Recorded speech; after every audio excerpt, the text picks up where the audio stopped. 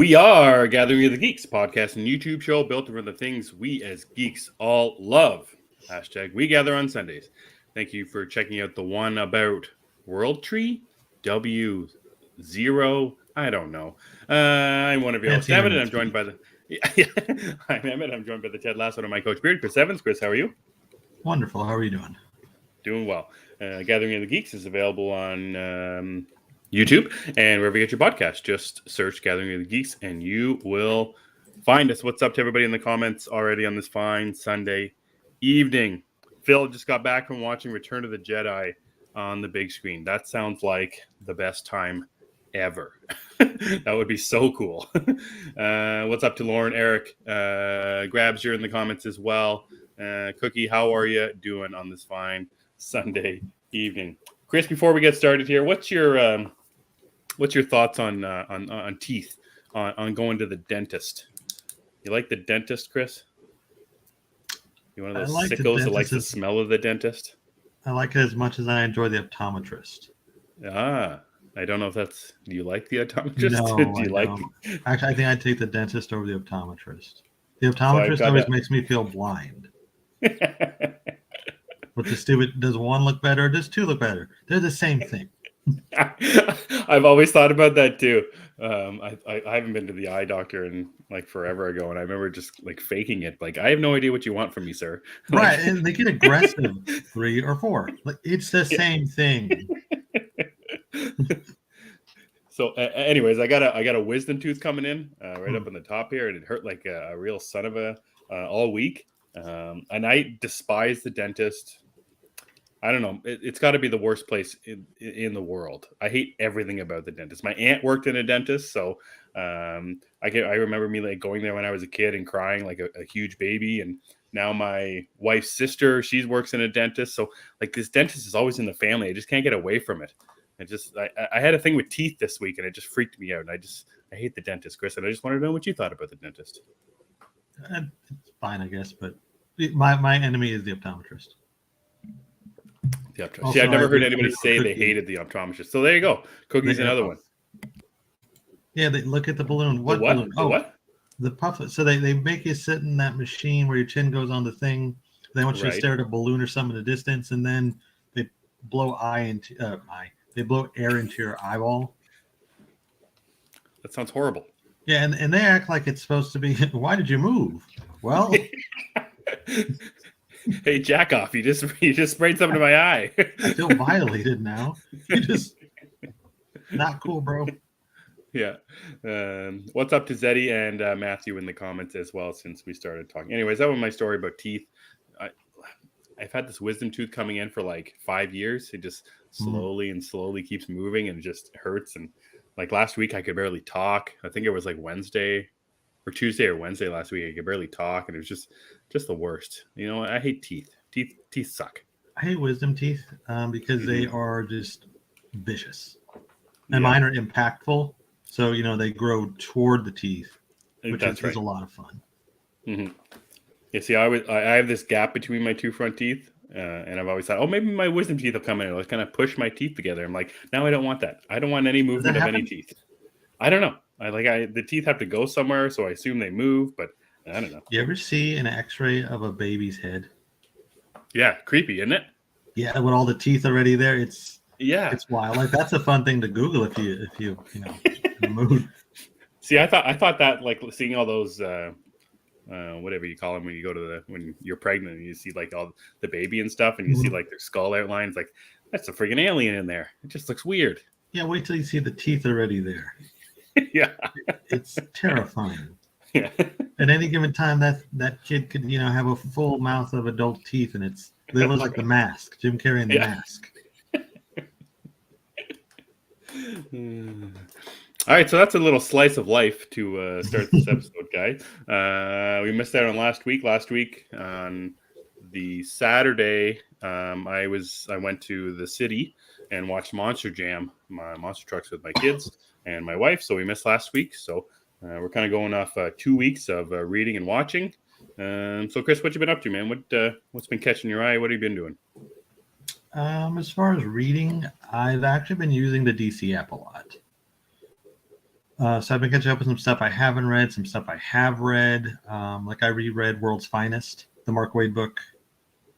You caught all the way caught up now? No, I'm just sampling it still. Nice. It was actually, it's better than I remembered it being. I remembered it being a lot goofier than it is. So I'm enjoying that.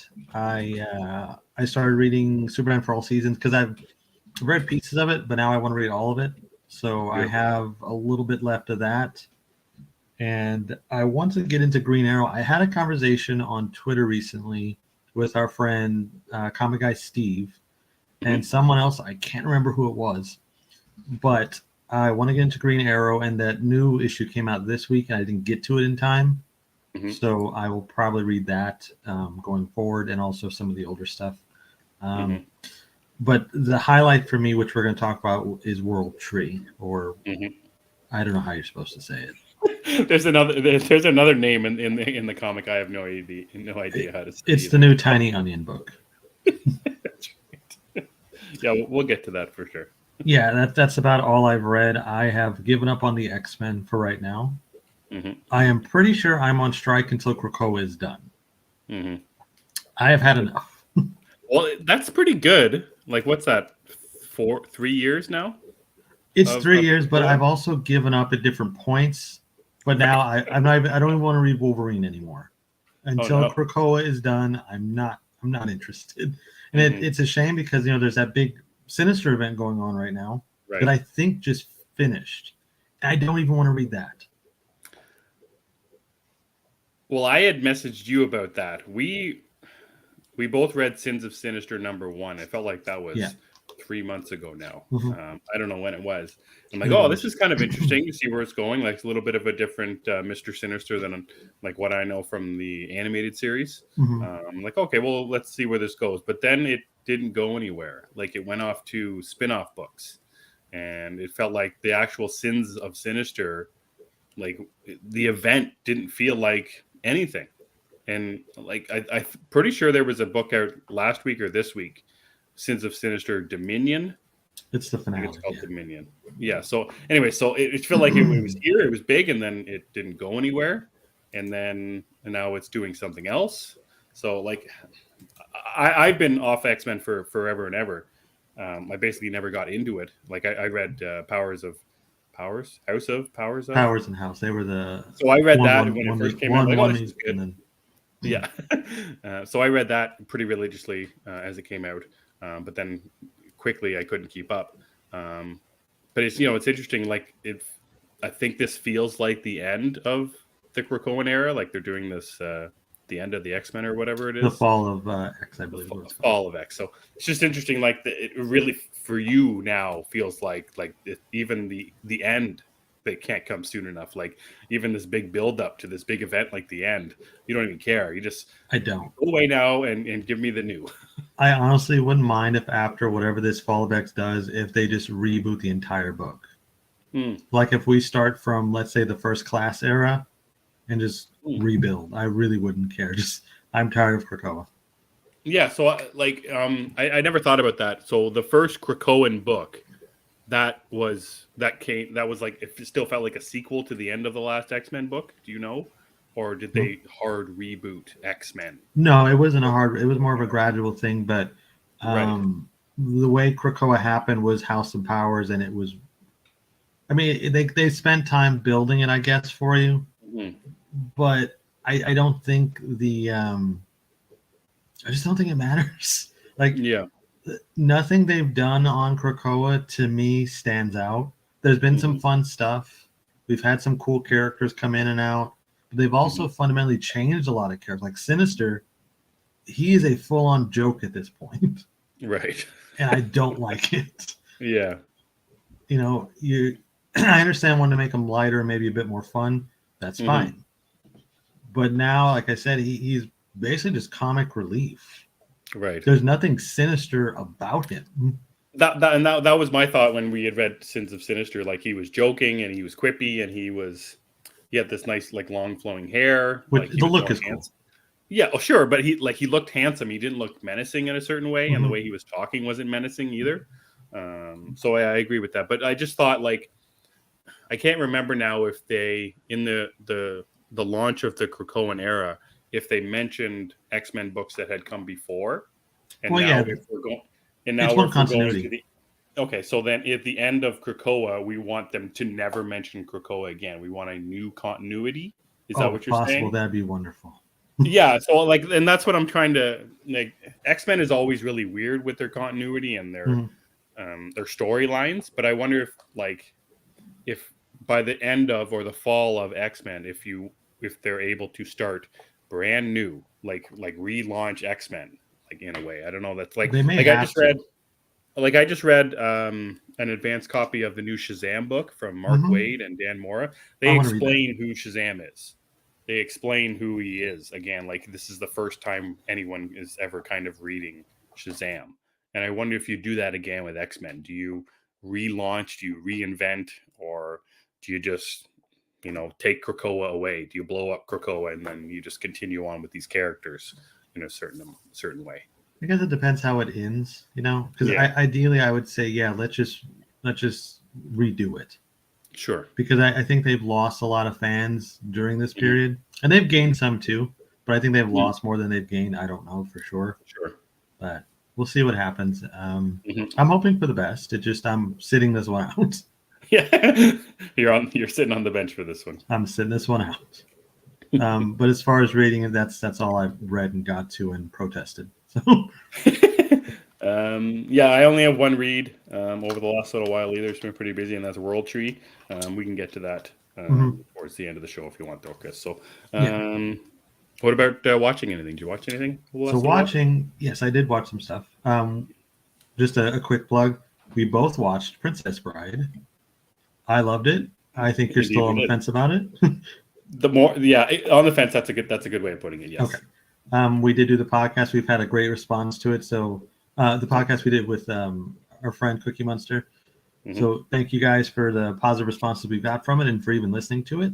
Like we Yeah. said during that one, it is something Em and I are going to do not too frequently, but maybe once a month or so. Just movies that we haven't seen before, and we're just checking off the list. Well, yeah, and Um, Chris and I we were talking about it the other day, but like, well, what could we do? Like, what else could we do? We came up with like 4 or 5 movies that we hadn't seen before that would be pretty interesting. So we've got some other ideas for other, I don't know, different kind of movies that we should yeah, have seen or could have seen. So yeah, it's going to be pretty interesting. I think it'll be looking fun. forward to the next one specifically. Yeah. Uh, so I watched that, of course. I did watch Ghosted with Chris Evans and Mm. Ana de Armas Mhm. from Apple TV. That was something. I think it's entertaining enough. I don't really want to complain about it too much because it Mm. does its job. It's got some laughs. There's some cool action.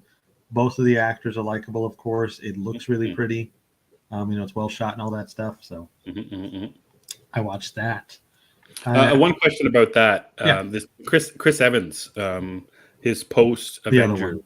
movies. Yes, that's right, not you.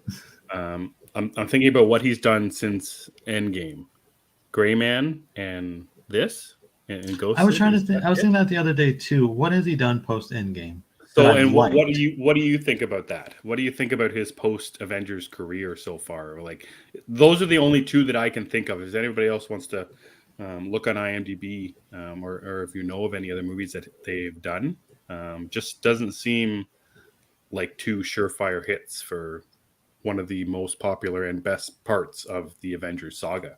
Chris Evans as Captain America. I think it's kind of interesting. Well, Ghosted is currently the most watched movie on Apple ever, which is a cool statistic. Sure. But they also don't have too many. I'm not trying to take away from it, but they don't have That's a good. lot of films. But it's Hmm. still a cool achievement. It's a very cool thing, and people Hmm. are responding well to the movie, so that's cool. But as far as the other stuff, I did not like Gray Man at all, Hmm. and defending Jacob, I think we talked about that was regarded That pretty highly. was that after Endgame though? I'm gonna look. So I want to say, um, yeah, I'm I pretty was a sure it fan of was. that show for sure. If I'm not mistaken, Apple TV Plus or whatever it's called came after Endgame, and that's where the show was. Let's see here. Oh, he's got Um, Lightyear as well. oh yeah, I forgot about that. I didn't see that though. So Endgame, right after Endgame. Well, that was in 2019. Knives 8 came out in 2019. Yeah, Defending Jacob was 2020, so you're right about that. And then he did Lightyear. He was in Free Guy for, I think he was a cameo in that movie. Such a great cameo. And then The Gray Man, and then Ghosted. So yeah, it's Gray Man and Ghosted. That's it. Yeah, both with Ana de Armas. And Lightyear. Yeah. I do like Ghosted better than Gray Man, at least. Although it's interesting because I think I like Chris Evans better in Gray Man than I did in Ghosted. Oh, that's weird. He was really fun as a villain, so I like that. Mm-hmm.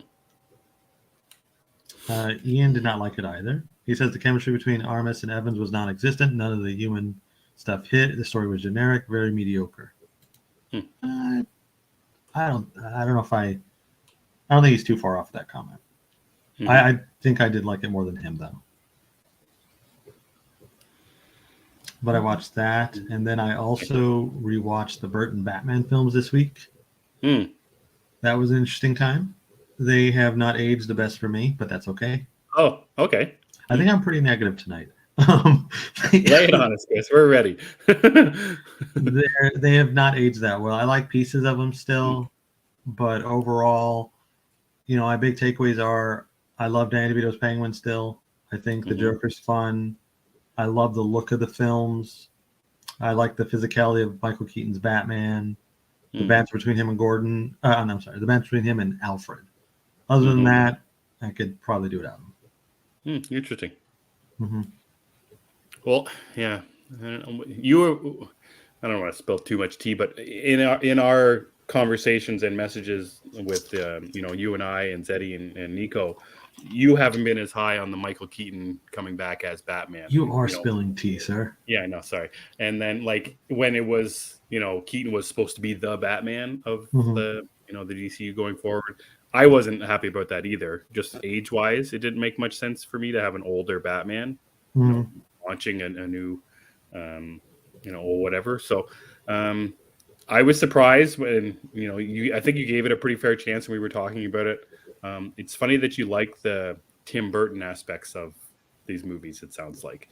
Yeah, that's probably what it is. Danny DeVito, the look of them, but the actual Batman stuff isn't your favorite stuff of it? No, I think... or even the Bruce Wayne of it? I don't like his Bruce Wayne. Yeah. I think his Bruce Wayne is not... It's not my Bruce Wayne. I don't really care for the way he operates, the way he interacts with most people. But I also understand it's a very specific version of Bruce, and that's cool. Mm-hmm. Yeah, it's just not my thing. But it's everybody likes it. It's cool. Mm-hmm. And I do like the way he interacts with Alfred, at least. There's a lot of good stuff there. Yeah, I would agree. The Alfred, what's his name? Michael Goff. Michael Goff, that's it. Yeah, he was all the way through the 4 movies even. That's it. And we've talked about or it has been talked about this idea of have to relaunch Batman in a certain way. Pattinson's going to do 2 or 3 movies and then just relaunch again, and that's okay. But the idea of having one constant through those, like from the Keaton to Kilmer to Clooney, having the same Alfred, just it feels kind of, I don't know, it feels special in some way for those. Well, it's the those same Batman. Movies. Yeah, well, that's what I mean. But that idea feels special for those 4 movies. Even as serious as they are to how goofy they are, the Alfred feels the same. He just kept rolling all the way through. Exactly, and I like that idea of those 4 movies. I like Michael Goff. He was a gem. Yep, for sure. Ian asks, anyone seen Mario yet? We have both seen it. We both liked it. It was a good time, but it's for the kids, I think. It's really for the kids. Is that just out now, Ian, or have you just been busier than usual? Actually, speaking of Mario, I thought this was kind of a neat thing here in my area. And I guess basically every AMC across America. If you want to watch Mario in Japanese, they have specific showtimes now. I think that's neat. I've never heard of them doing anything like that, so that's kind of cool.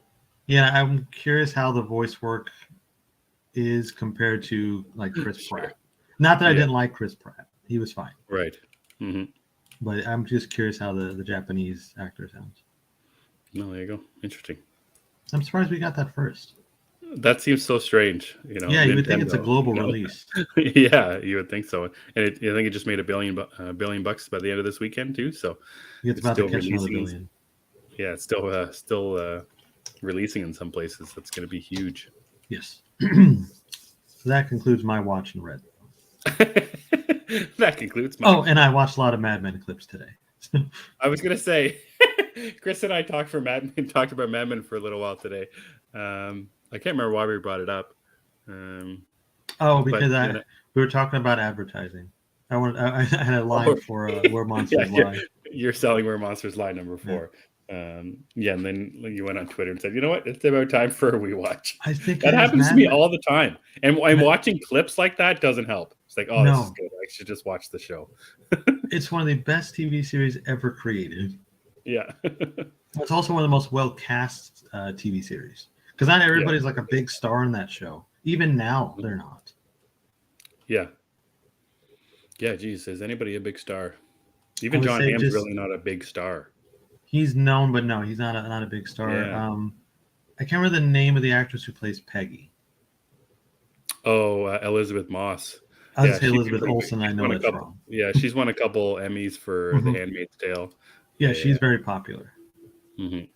But other than that, none of them are, John Slattery is actually directing a new movie that has John Hamm and Tina Fey in it, so that'll be fun. Oh, God, that sounds like a great time. Yeah, I'm in for that. All right, so I want to talk about Barry. That's something that I've watched over the last 2 weeks now. I guess 3 episodes are out. The 4th episode is tonight. Have you watched the 3rd episode yet, Chris? I have not. I'm behind. Okay, the 3rd episode is a special kind of show. I've heard. It's like specifically the last, 5-10 minutes of this episode is utter ridiculous. But in the weird way that Barry is, it works. Like there's so much that's really ridiculous in the show, but in some way that whatever Bill Hader it does with his directing that he does. I think he directed the first 2 episodes. I'm not sure if he directed the 3rd episode or not. But his writing is outstanding. His acting is very good. Barry is a very unique show. It's that half-hour show. It's got that comedy. It's got the humor. It's got action. It's got scary moments, like scary character moments, specifically a lot from Barry. And it's got a lot of drama in it. I'm upset that this is the final season of Barry, but it's going to end so beautifully. I can already feel it already. Like I don't know what it is. Like in the first 2 episodes were released all at once. And I'm glad they did that for story purposes. Like you can only tell so much story over a 30-minute span. But I love Barry so much. If people haven't watched Barry, I'm not sure if in our group of people, maybe you guys can let me know in the comments if you have or have not watched Barry. You should, for so many reasons. But like I didn't appreciate this show until last season, like that first season. And I talk about this with Ted Lasso as well, how I didn't appreciate that first season because I binged the first season of Ted Lasso fairly quickly and got through it just to catch up on season 2, I think, or maybe just to have conversations with you or Zeddy about it. But, I didn't appreciate Barry as well, and as the show is going on, much like Zeddy is saying here, every episode is better than the last. This show is so good. And he's right. This is one of the HBO's best shows. And it's, it's the half hour, there's a lot of half hour shows. Curb Your Enthusiasm is one of HBO's most popular shows, half hour show, but Barry is a special kind of show. And Cookie is one, she hasn't watched it. I think Cookie, you would love this show. I think so too. You would love the humor and the darkness that's in the show. I'm always very surprised about, comedy actors who do serious things. And on the other side with serious actors who do comedy things. But Bill Hader is incredible. Like I think of like I don't want to compare them, but like Jordan Peele, very much Mad TV, very goofy. That's all I ever knew of Jordan Peele. And then all of a sudden he does Us and Nope and Get Out, and you're like, whoa, this is a different person than I knew. And Bill Hader is exactly the same way. I actually didn't know who Jordan Peele was until Get Out. I didn't know who he was. I'd heard of the other guy that they do he does the show with. Yeah, Keegan Michael Key. Yeah, I'd heard of him and I'd seen him, but not Jordan. I think that they're both talented in different ways, but Peele with his directing and stuff is just top notch. I would compare Barry, the series as a whole, to Grosse Point Blank. That's kind of the vibe I get from it when I watch it. It reminds me a lot of that movie. Never seen it. Really? Yeah, I don't know. I always get that one and Grifters mixed up. You ever seen Grifters? What's Grifters? It's got Annette Bening in it, and I can't remember who else is in it. So like scam artists, they play tricks on people and like steal their money. And then Is it with Bruce Willis? No, that's Billy Bob Thornton. That's Bandits. Okay, I've seen that. I love that movie. Yeah, Grifters. It's like I think John Cusack is in that movie too. Maybe that's why I get it confused. Oh, I've never heard of it. Okay. Anyways, those movies always get mixed up to me. I think they came out around the same time, and I think I just chose one over the other and didn't get to Grosse Point Blank. But that's on my list of things that I need to get to. It's pretty good. And talking about con movies, that my mind always goes to Matchstick Men. Have you ever seen that? That's another one. I haven't seen that. That's directed by Russell Crowe, and who else is in that?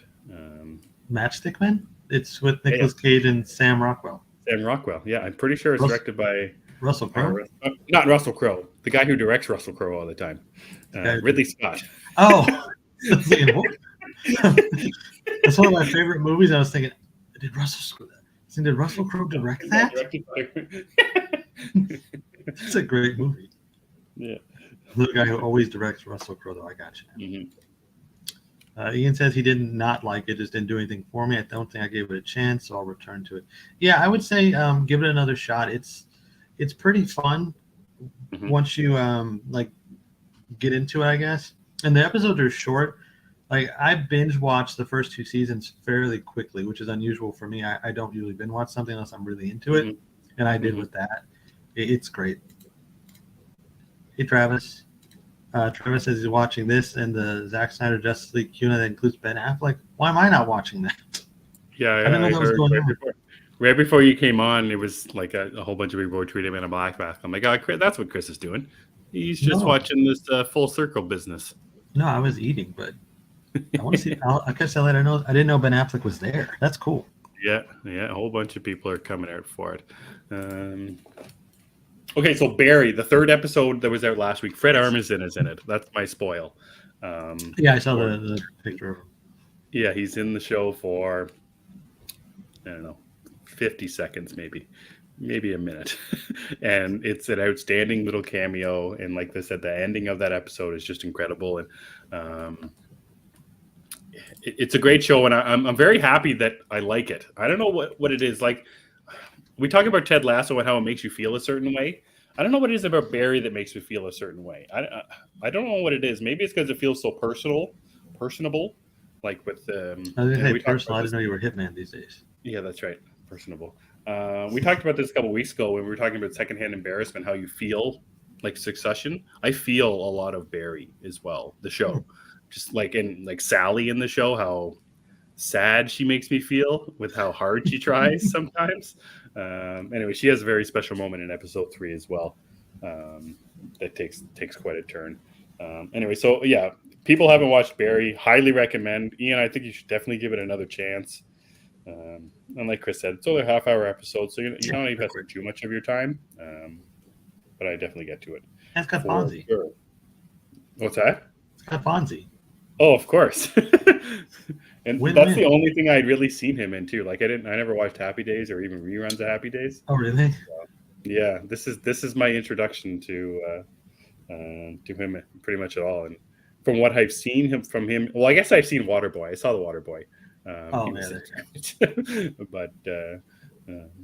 I love the subverting of expectations of what you think of who an actor is and who they actually are and what they can act like. I don't know. It's different for me.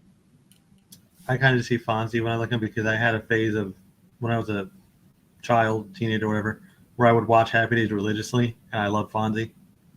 So kind of a thing.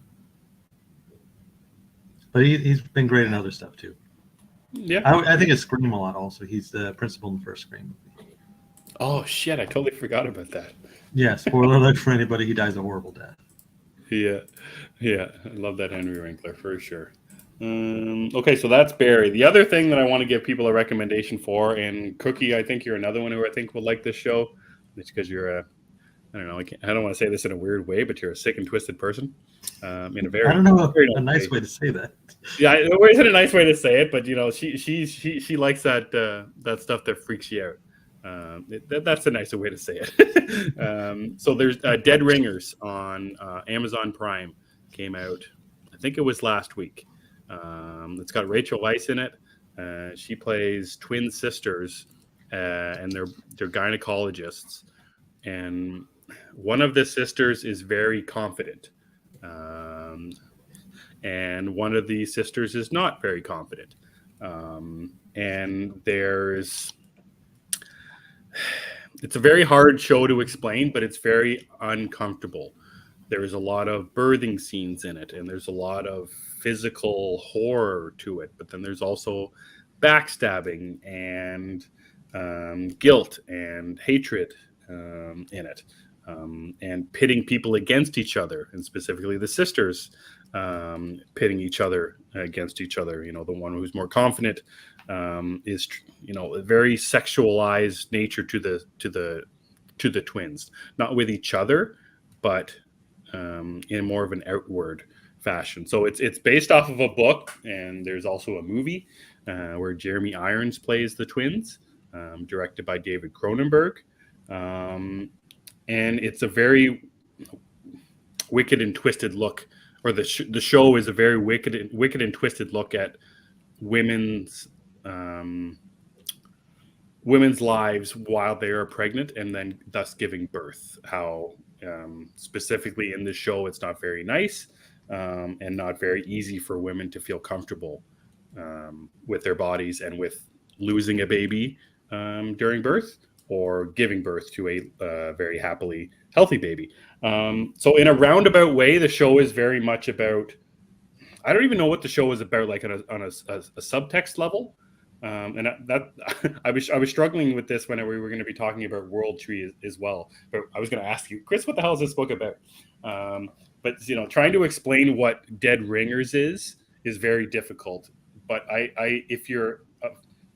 it's very good for Rachel Weisz, who plays twins, and it doesn't feel like they're two different, or it feels like they're two different people, but in the same context where you aren't like, this one's like in a technical aspect of having two people who are having Rachel Weisz on the screen together. But you're not like, very hard to explain here, guys. Sorry. You're not like, oh, this looks fake, or they're doing this the wrong way, or it feels like this is two shots or something like that. So in a roundabout way, the technical aspects of the show are very good. Rachel Weisz is outstanding in it, like beyond outstanding, specifically how she has to act in two different ways. So if you're a fan of body horror, if you're a fan of, I don't know, it's got a lot of behind the scenes into the medical world in that kind of sense. So if you're a fan of that kind of stuff, I recommend watching the movie as well. It's from 1988, 86, I think. Anyways, I didn't explain that very well, but Dead Ringers is very good. It's also very hard to watch in a lot of different ways, specifically if you're not into birthing videos. I don't know who is into those things, but Dead Ringers is... Yeah, gynecologist for sure. Anyways, Dead Ringers, I rambled on and didn't explain that very well, Chris. But Dead Ringers is something I recommend. I've watched 5 episodes so far. Highly recommend that for sure. Did you get to Big Door Prize this week? No, and is that one's on Apple TV, right? Yes. Yeah, so I've been meaning to get to more Apple TV stuff because I've got it now to watch Ted Lasso. I want to watch Tetris. I want to watch Big Door Prize. I want to watch more stuff on Apple TV because we got the service. It's only a couple bucks a month. So. Big Door Prize is interesting. I liked it. I didn't know if you'd seen it yet or not. No, I haven't got to it yet. I've been meaning to, though. I started playing Jedi Survivor this week as well. That's fun. Weekend, sorry. I was nervous to play it because of all the horrible, terrible glitching and patches that came out for it, but I really started playing it last night and today, and it's great fun. Feels like a great sequel so far. I'm only a couple hours in. My game looks fine, hasn't had any glitches or anything or any problems loading or anything like that, so it plays better than the first one too. Nice. Better gameplay, better combat.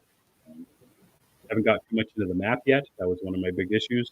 I haven't had to backtrack yet either, because which was your big issue. So yes, I did not like that either. So that's Jedi Survivor. Hope to play a whole bunch more this week. Yeah, I'll get to it this week myself. Yeah, did you pre-order it or no? I pre-ordered it. It was fun.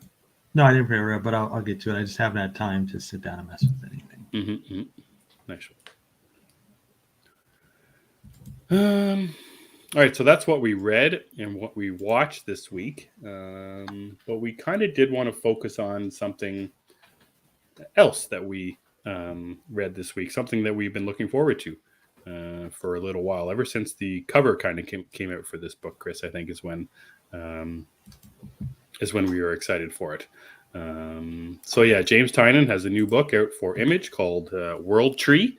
It's written by him with art from Fernando Blanco and colors from Jordi Belair. So Chris, I'm going to ask you this. What is World Tree about?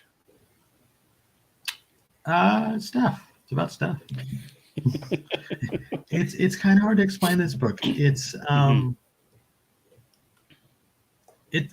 someone asked me the other day, what is this book? And I told them it's kind of like The Ring, except when you watch the video, a little girl doesn't pop out of a TV. You are the little girl and you go pop out of a TV. Perfect. That's how I described it. Now, whether that's accurate or not, I really can't tell you. I can tell you whether I like the book or not and all that stuff, but it's hard to nail down what it is because it is kind of a unique concept. But I think the closest thing we have to it might be something like The Ring. Or that makes total sense to me. Yeah, but there may be something else that's closer, where a character will watch something or even like hear something. That's actually maybe more common. A character will hear something and it's a trigger, and then they do something. I mean, we've seen it even in comic movies with the Winter Soldier, So it could be something like that. But yeah, it's an interesting book. It's very unique, and visually it's kind of spectacular. I think Jordi Belair's colors are really what sells it, which is something I don't normally gravitate toward when we talk about comic book art is colors. But Belair is just fantastic. And the colors pop when they need to in this, and when it's darker in some panels, it looks phenomenal. And it's more of what you don't see too, because it's just drawn so well. Does that make sense? Sure. Yeah, and I would agree with the colors as well, specifically the settings where the colors change. So, like, I want to say there's maybe 4 or 5 different settings in the first issue. 2 people in a car talking, having a nice conversation. It's nice and bright and colorful. There's a shot that goes back or I think a page or maybe 2 pages where it kind of goes back in time in the past, and that color changes. When it gets to scary, bloody stuff, that's where some more color changes. So in a roundabout way, a group of teenagers created a web program or a website. I'm not sure. And something happened. So then they shut the site down. And now, I want to say like 20 years later or something. Something like that. Something with that site has gone live again and has made a certain person, in quotations, go crazy in a certain way and kill people. They kill 60 people in like a day or something. And there's this weird woman walking around who is controlling them or is talking to these people somehow. I don't really know how it's going to go. And I was talking, second mention of Comic Guy Steve in this show. He talked about the books that he was going to get for this week, and he didn't have World Tree on there. I recommend, why don't you get World Tree? And he mentioned, I've been bitten by Tynion before, which we all have. And he said, I'm going to wait until the trade because I don't really know where this first issue is going to go. And I would say that's true for people who have even read the issue, because I have no idea where this is going. I don't know what us talking it out and trying to explain what the book is very hard. There's a lot of subtext in this first issue about stuff that's happened before. Are we going to see the stuff that happened before? Are we going to see what happens next? Who are the heroes in this book? Because I'm not sure how. There's one hero in the book, possibly, the one brother, but I'm not sure how he's going to make a difference. And the people who created this program of a certain kind are not likable people. Gabriel, I think his name is. I think so. So anyways, this roundabout way of, I'm not sure what's going on, but the stuff that I saw on the page was very, had me very intrigued from the start of the book until the very end. We talked about this when we talked about The Closet from James Tynion, where, I was hooked specifically on just people talking in that book, that his dialogue can be so good. Mm-hmm. Sometimes his ideas get in the way, specifically in Batman, of course. But I love Tynion's dialogue in this book very much so. The two people in the car talking as we learn more about the family dynamic, and more people just talking. And then, obviously with the addition of the great art as well, I think this is one of my favorite issues of this year so far, but I could also see it going straight down, right after this. There could be weird things that happen.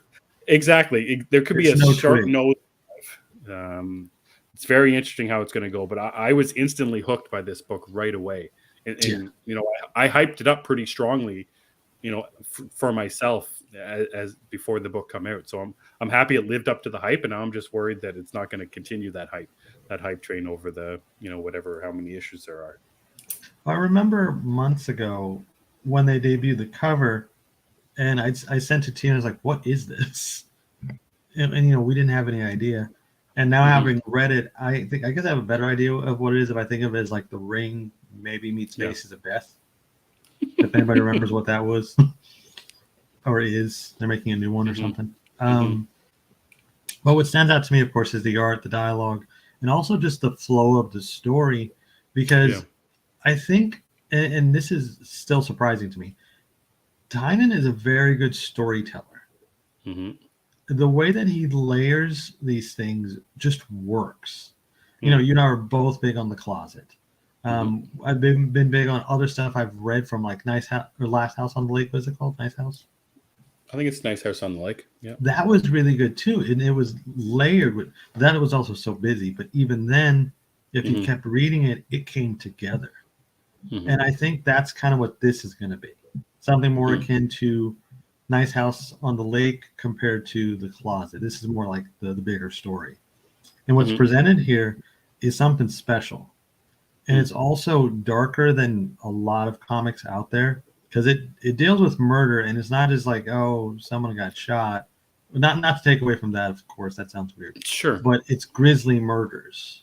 It's like serial killer stuff. You know? There's a panel in here where I don't want to say about spoil. I don't know how not to spoil this, but a character opens the door and gets a surprise. Let's say. And it's not shown, like they don't shy away from it, and that's what Tynion does, I think, in his creator-owned stuff, and he's allowed to do that, and it works so much better than anything I've read him do for Marvel or DC. I think he's written Marvel. I can't remember anymore, but at least for DC. So I'm really impressed with this book. I think the extreme nudity might be hard for people to get around, just because it can be off-putting. It's a lot. And we don't understand why she is like that, or what she is. What she is. Is she human? I have no idea. For all we know, she is the human version of the program, or something. I don't know. or the website. We don't know. And the tattoos that she has kind of makes me think, well, maybe she is otherworldly. I don't know. But it all comes together really well, and it's a nice package for, you get a little bit of everything in this first issue to get you hooked. And as far as like it nosediving from this point on, I mean, that's possible with any book. But I feel like if we're just going to go off the stuff we've read from Tynion that's not his DC stuff, I think it's going to be just fine. Frank says, Tynion's one of my favorite writers. This kind of comic is in his wheelhouse. That's the way it seems. It seems like Tynion's more of like a horror person. Much like Scott Snyder is too, I think. Yeah, and I think the personal nature, it helps as well. You brought that up, and I'm glad you did. How personal, to me, The Closet felt. It was sold as some big alien or monster story, and no, it's straight up just a toxic relationship, a abusive relationship story, a family story. And I have a roundabout way that's what World Tree is going to end up kind of being. I don't like it. I don't see it being some world-ending book, where the world's gonna, all die. Even though it's sold like that a little bit in this first issue, but I do feel like it's going to be very personable by the end of it. The other thing I'm glad you liked, or you mentioned, was the cover that we had sent each other or talked about. And if you glance at the cover, if you just glance at the cover, there you don't really pay too much attention to it. When we first saw it, we say, oh, there's a woman naked on the bed on a computer. But then if you look down, 2 feet under her, there's a woman that's dead and bleeding to death on the floor. Just like this very subtle way of doing it. But in the book, nothing is subtle. Like it hits you over the head with the violence and the nudity. So it's not shying away. Maybe that's a first issue thing, trying to get people hooked on it. I think it's going to, they delayed the book by 2 weeks. I think they went back to the printer and tried to get as many copies as this thing out as possible. And, I think there's like 6,000 variant covers to it. I haven't seen any variants. There's a ton of them. There's 1, 2, 3, 4, 3, 6, 9, 12, 15, 18, 21. There's another 9 rows after that. So there's a lot. I haven't seen any of them. I've only seen the main covers. James Tynion loves his variant covers. It's the same thing for Something Is Killing the Children too. So. Oh, okay. I have to look at it. I think the main cover is striking enough. I don't think you need much more. It's really good, for sure. I love the colors in it as well. I'll talk about Jordie Bellaire all day. She's my favorite artist or favorite colorist. Yeah. World Tree. It's my favorite first issue of 2023. I'm hoping it keeps going. I haven't seen how long it's going to be. I wonder if it's just a limited thing or if it's going to be ongoing. Interested to see how the story unfolds that way. See what kind of story Tynion's got planned out. Is it something you'd recommend to people, though? I'd recommend it to people I know. Like I mentioned Cookie a whole bunch of here. We're talking about a lot of things that feel kind of up her wheelhouse. Like her, or trying to think who else would like this book that I know. I think Lauren would like it. Yeah, Lauren would probably like it. I think Chris from I didn't look at Chris from Lost in Comics. I didn't look at his top. Yeah, I didn't look at his top 3 for this week. But I think he would be a big fan of it as well. If you're a fan of Tynion, I think you're absolutely going to love this book. I'm not sure about the uninitiated though, or people who mostly read Cape and Cowl stuff. I don't know if this is their kind of book. I love Frank's comment here. This I think could be on the book itself. Like when you see the review blurbs, I really enjoyed it. It feels like a legit horror thriller book. Lots of comics lately claim to want to be scary, but they're afraid to go another step. This comic isn't afraid. Completely agree. Like really, this needs to be on the back or something. I like books that aren't afraid. I like artists that aren't afraid. I like writers that aren't afraid. That's a great selling point. Yeah, and that's why I think from here on it's going to get crazier. I think we just got kind of like Where Monsters Lie.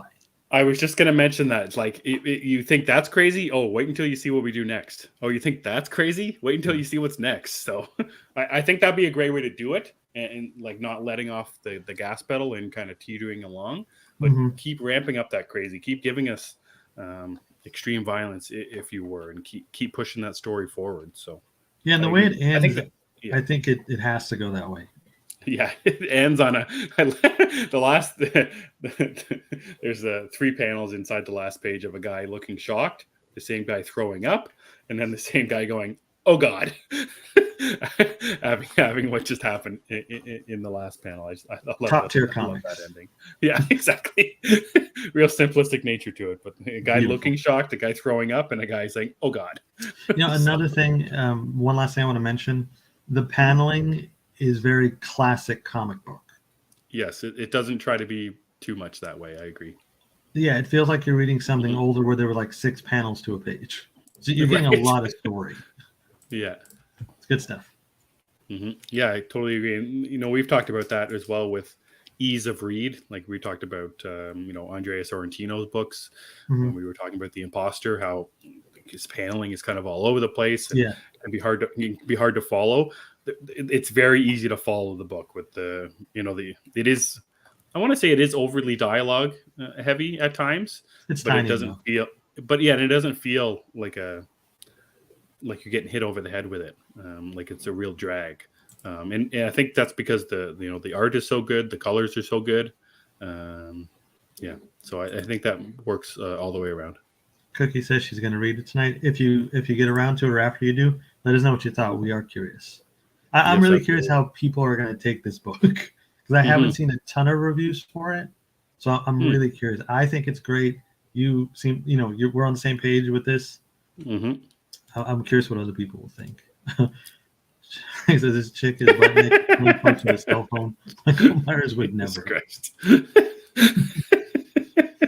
Oh, Frank, that's good stuff, my friend. That's very good stuff. Okay, so that's our thoughts on World Tree #1 from James Tynion and Co. from Image Comics. Exactly, Eric. We are curious, not judgmental. If you don't like it, that's fine. We're just curious. Yeah. Oh yes, absolutely. But it's an interesting thought about movies and comics and TV shows that sometimes just aren't for people, regardless of the quality of them. Sometimes the subject matter is just not for some people. Like for me, that Lovesick comic that I think just ended, that came out, is not for me in any way, shape, or form. I'm gonna read it. It just gives me the shivers up my spine thinking about that first issue that I read, and I had no reason to think that the second, third, fourth, fifth, and sixth issues weren't going to be any different. So I could not do it. Yeah, I'm actually excited to read it now that it's done. So. Nice. It might be a good time, but I agree. Some stuff just isn't people's cup of all, and that's fine. Oh yeah, for sure. We don't care. Whatever you like. All right, Chris. Anything else you want to chat about before we get on in here? Anything you're looking forward to in the next week or so? We got Succession on tonight. It keeps rolling along. New episode of Barry's on tonight as well. What do you got going on? What else? I want to watch Citadel. That premiered on Friday. I haven't had a chance to watch it. I'm also really excited for the Peter Pan movie, Peter Pan and Wendy. I enjoy Peter Pan stuff, so I'm looking forward to it. You want Peter Pan to be like that horror movie, though, don't you? Yes. I see no problem with it. The dark Peter Pan story is great. The idea of it, that he's taking the children and killing them, I think that's really smart. What's the other thing that's come out that I've seen? It's Winnie the Pooh and something, though. It's Christopher Robin as an adult being tormented by the animals. They're figments of his imagination. Love that, too. I like having the dark versions of these stories. I think it's fun. Like Little Mermaid. Everybody says most mermaids in lore are like these evil creatures. So why wouldn't you do that? That sounds fun. Yeah, I don't know why. Who needs childhood memories? You still got it if you want something different. But yeah, I want to get to Peter Pan tonight. And yeah, Ian mentioned Guardians of the Galaxy Volume 3. Very excited for that. Probably on Thursday. Nice. If I don't drown myself in work again, we'll see.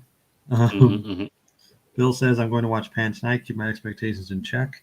If you guys have not checked out his episode on Hook at Phil at the Movies, you should. It is a great time. So good. Also, I'm not going to spoil it, but we find something else about Phil. Found out something about Phil I thought was pretty interesting. Horror Peter Pan, bring it on. Yes, see, Phil is with me. Frank says things are going to get weird when Superman is in the public domain. Yes. I know. I imagine Brightburn on steroids. I'm not looking forward to it. I really aren't. Oh, no. Steamboat Willie the Killer Mouse. Yes, see, we need to get all this stuff.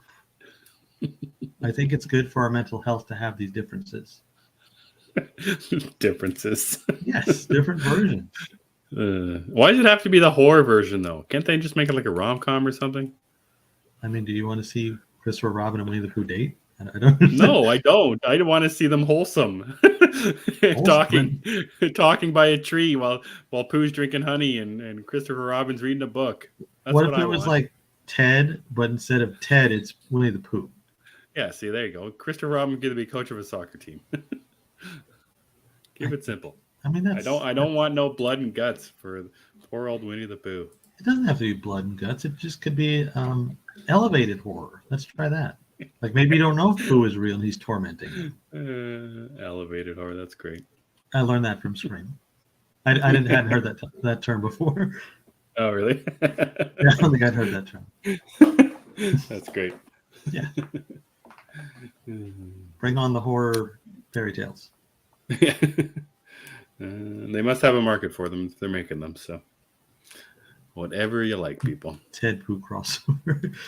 Oh, did you watch? You didn't get to Sweet Tooth yet, did you? Because I know I did. No, you asked me about that a little while ago, and I'm trying to finish Dead Ringers, and then I need to watch Yellow Jackets, and then I'm going to need to get to Sweet Tooth. But then also the Stanley Cup playoffs are on right now, so there's a hockey game every other night, and it's just, and I got Jedi Survivor to get to. So no, I haven't got to Sweet Tooth yet, but I really dearly badly want to because I've seen so many people talking about it that I want to see it. They love it. So I think people are getting on board with the Pooh stuff. So Polyrock says psychological horror Pooh could be cool. Pooh is all in his mind. Are the animals real or imaginary? See, there's a market for this. It's a cool market. I agree with you. There's people that want to see this stuff. I will not deny that. It's just not about it. And that's how about those Maple Leafs? On to the second round. Starts on Tuesday. Yes, everybody on my timeline was really excited about that. That's awesome. Oh, that's good. That means you follow more Canadians, Chris. That's good. I might. Yeah, you must. I don't know. You must have more Canadians than you know. I may, yeah. I may. I'm not sure. All right, guys, that's going to do it for our show tonight. I want to say thanks to Eric and Bollyrock and Phil, Frank, Ian, Lauren, Cookie, Zeddy, Travis, Grabs. I think that's everybody. You guys are great. Chris, where can people find you? What do you got going on? You guys can follow me on Twitter, if that's your thing, at thatchris70. You can also follow the podcast I do with my buddies Phil Walsh and Anthony Caruso over at DC Unlimited Pod on Twitter, where we talk all things DC. Yeah, hang for a second. This week you'll hear me breaking Anthony's heart in real time. And as always, I'd love it if you would follow this show at G of the Geeks. Emmet is much better with the rest of the plugs, so he'll take over. You can follow me on Twitter at EmmettDavis7. Gathering of the Geeks is available on YouTube and wherever you get your podcast. Just search Gathering of the Geeks and you will find us.